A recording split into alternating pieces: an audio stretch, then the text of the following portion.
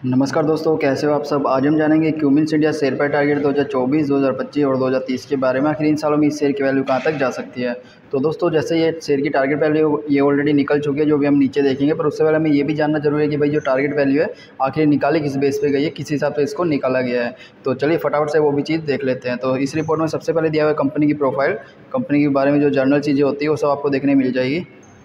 और उसके बाद दिया हुआ पिछले 5 सालों में शेयर की कीमत में हुए बड़े बदलाव। तो जैसा कि हम देख सकते हैं 22 अप्रैल 2019 के टाइम में कंपनी के शेयर की वैल्यू 746 रुपये के आसपास ट्रेड कर रही थी। और अगर 5 सालों के बाद देखिए 22 अप्रैल 2024 को, तो कंपनी के शेयर की वैल्यू 3233 रुपये के आसपास ट्रेड कर रही है। और ये मैक्सिमम गई है 3270 रुपये तक। तो देखिए कंपनी जो है पिछले 5 सालों में इतना रिटर्न अपने निवेशकों को दिया है। 700 रुपये से ट्रेड करने वाले शेयर की वैल्यू 3000 रुपये से ऊपर हो चुकी है। तो कंपनी लगभग जो है 4 गुना का रिटर्न अपने पिछले 5 सालों में निवेशकों को दिया है। ठीक है, तो 4 गुना का रिटर्न यार काफ़ी अच्छा कहा जा सकता है 5 सालों में। तो इसलिए एक अच्छा संकेत है। तो यहाँ पे हमने एक व्हाइट बोर्ड को रखा हुआ है जहाँ पे हम प्लस पॉइंट और माइनस पॉइंट को ऐड करेंगे। तो जैसे कि हमने देखा भाई कंपनी ने अच्छा रिटर्न दिया अपने निवेशकों को, तो हमने इसको एक प्लस पॉइंट दे दिया है। इसके बाद हम देखेंगे कंपनी की फाइनेंशियल रिपोर्ट। तो इसमें हम जैसा कि देख सकते हैं 2019 के टाइम में जो है कंपनी 6025 करोड़ की रेवेन्यू बना रही थी और जो नेट इनकम है 742 करोड़ की बन रही थी। और अगर 5 सालों के बाद इस सिचुएशन को देखें तो 2023 में तो कंपनी जो है 8288 करोड़ का रेवेन्यू बना रही है और नेट इनकम 1228 करोड़ की हो रही है। तो देखिए इसमें कितनी अच्छी बढ़ोतरी देखने मिली है पिछले 5 सालों में। और ये लगातार बढ़ता हुआ देखा जा सकता है, जो कि अच्छा संकेत है। और इससे कहा जा सकता है भाई कंपनी जो है फाइनेंशियल रूप से स्ट्रॉन्ग रही हुई है। तो हमें एक दूसरा प्लस पॉइंट मिल गया है। तो अभी तक तो हमें कोई माइनस पॉइंट मिला नहीं है। चलो देखते हैं आगे कोई मिलता है या नहीं। उसके बाद दिया हुआ पिछले कुछ सालों में कंपनी की संपत्ति में होने वाले फेरफार। तो दोस्तों कंपनी की संपत्ति यानी जो कंपनी के एसेट्स होते हैं जिसकी मदद से कंपनी रेवेन्यू को बनाती है।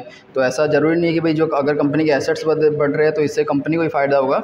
इसका जो है लगभग रिलेशन है अपने इन्वेस्टर से भी रहा हुआ होता है। क्योंकि अगर कंपनी के एसेट्स बढ़ रहे हैं तो इससे कंपनी के रेवेन्यू सोर्स भी बढ़ सकेंगे।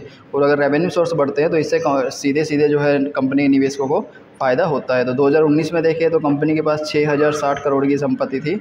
और अगर 2023 में देखें तो कंपनी के पास 7918 करोड़ की संपत्ति है, लगभग 8000 करोड़ की। ठीक है, तो कंपनी की संपत्ति में पिछले 5 सालों में 2000 करोड़ का जो है बढ़ोतरी हुई है, जो कि यार एक अच्छा संकेत है। तो हमने इसको एक प्लस पॉइंट और दे दिया है। इसके बाद दिया हुआ है कंपनी के द्वारा दिया गया डिविडेंड। तो जैसे कि हम देख रहे हैं कंपनी अपनी संपत्ति में भी निवेश कर रही है, कंपनी नेट इनकम भी अच्छी बना रही है। तो क्या कंपनी अपने निवेशकों को डिविडेंड का लाभ दे रही है? नहीं। तो कंपनी 2024 में, 2023 में 2 बार डिविडेंड दिया और 2022 में 2 बार डिविडेंड दिया। कंपनी लगातार अपने निवेशकों को डिविडेंड दिया, जो कि एक अच्छा संकेत है। और ये कंपनी के ज़्यादा प्रॉफिटेबल होने की ओर भी संकेत करते हैं। तो हमने एक प्लस पॉइंट और मिल गया है। इसके बाद हम देखेंगे जो सबसे इम्पोर्टेंट चीज़ होती है कंपनी का शेयर होल्डिंग पैटर्न, जिससे हमें पता चलेगा कंपनी में कौन कौन से इन्वेस्टर के द्वारा शेयर की होल्डिंग की गई है। तो सबसे पहला था टोटल प्रमोटर होल्डिंग। कंपनी ने अपने 51% की होल्डिंग अपने पास रखी हुई है। तो बाकी के 49% कहाँ पे चली गई है। ठीक है, तो वो भी देख लेते हैं। म्यूचुअल फंड के द्वारा इसमें से 18% की होल्डिंग की गई है। अदर डोमेस्टिक इंस्टीट्यूशन जो भारत के बड़े इन्वेस्टर हैं उनके द्वारा 4.38% की होल्डिंग की गई है। और फॉरेन इंस्टीट्यूशन विदेशी इन्वेस्टर कितनी अच्छी मात्रा में देखिए 17% की होल्डिंग। और रिटेल इन्वेस्टर 8% की होल्डिंग। तो दोस्तों एक सारे अच्छे संकेत है, क्योंकि इसमें जो है बड़े इन्वेस्टर काफ़ी अच्छी मात्रा में रहे हुए हैं और रिटेल इन्वेस्टर कम मात्रा में, इसलिए ये भी एक अच्छा माना जाता है। तो ओवरऑल जो शेयर होल्डिंग पैटर्न है वो काफ़ी अच्छी देखी जा सकती है। तो हमें इसमें एक प्लस पॉइंट और मिल चुका है। इसके बाद दिया हुआ है कंपनी के बारे में कुछ जानकारी, जो आपको एक निवेशक होने के नाते जानना काफ़ी ज़रूरी होता है कि भाई कंपनी क्या कर रही है, किससे जो है रेवेन्यू वगैरह बना रही है। तो चलो फटाफट से इसको शॉर्ट में देख लेते हैं। तो दोस्तों जो कंपनी की शुरुआत हुई थी वो 1962 में हुई थी।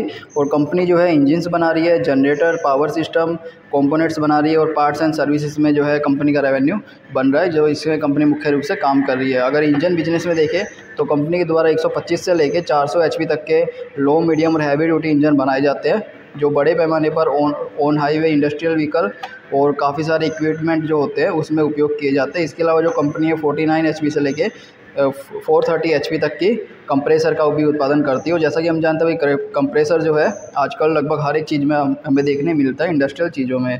इसके अलावा कंपनी पावर सिस्टम बिजनेस पे काम कर रही है, जिसमें कंपनी 700 HP से लेके 4500 HP तक के रोबस्ट इंजन्स बनाती है, जिसका उपयोग मरीन में, रेलवे में, डिफेंस में और माइनिंग वगैरह में काफ़ी बड़े पैमाने पर किया जाता है। इसके अलावा कंपनी जो है पावर जनरेशन में भी काफ़ी लंबे समय से काम कर रही है। कंपनी को इस सेक्टर में काम करते हुए 60 ईयर से भी ज़्यादा हो चुका है। इसमें कंपनी जो है 7.5 kVA से लेकर 3750 kVA तक का पावर जनरेशन करती है, जो कि इंडस्ट्रियल में भी यूज होता है और घरों में भी बिजली की पूर्ति करता है, जो कि दोस्तों ये काफ़ी बड़े पैमाने पर कंपनी काम कर रही है। तो अभी हम बात कर रहे थे कंपनी के टारगेट वैल्यू की। तो दोस्तों टारगेट वैल्यू होती है किसी प्रकार का सजेशन नहीं है, एक्सपर्ट के द्वारा दी जाने वाली अंदाजित वैल्यू होती है। तो अगर कंपनी के 2024 में शेयर की वैल्यू की बात करें तो ये शेयर की वैल्यू 3365 से लेके और 3435 रुपये तक जाने की संभावना को बताया जा रहा है। और अगर 2025 में देखें तो कंपनी के शेयर की वैल्यू 3550 से लेके 3610 रुपये तक जाने की संभावना को बताया जा रहा है। और अगर 2030 को देखें तो कंपनी के शेयर की वैल्यू 9700 से लेके 10300 रुपये तक जाने की संभावना को बताया जा रहा है। और अगर प्लस पॉइंट माइनस पॉइंट की बात करें तो भाई हमें इसमें +0.5 देखने मिले, माइनस पॉइंट लगभग अभी एक भी देखने नहीं मिला, जो कि निवेशकों के लिए एक अच्छा संकेत है। और इसके अलावा जैसे जैसे हमें अपडेट मिलेगी हम आपके साथ भी अपडेट करते रहेंगे, इसलिए चैनल को सब्सक्राइब करें, वीडियो को लाइक करें। तो चलिए मिलते हैं नेक्स्ट वीडियो में।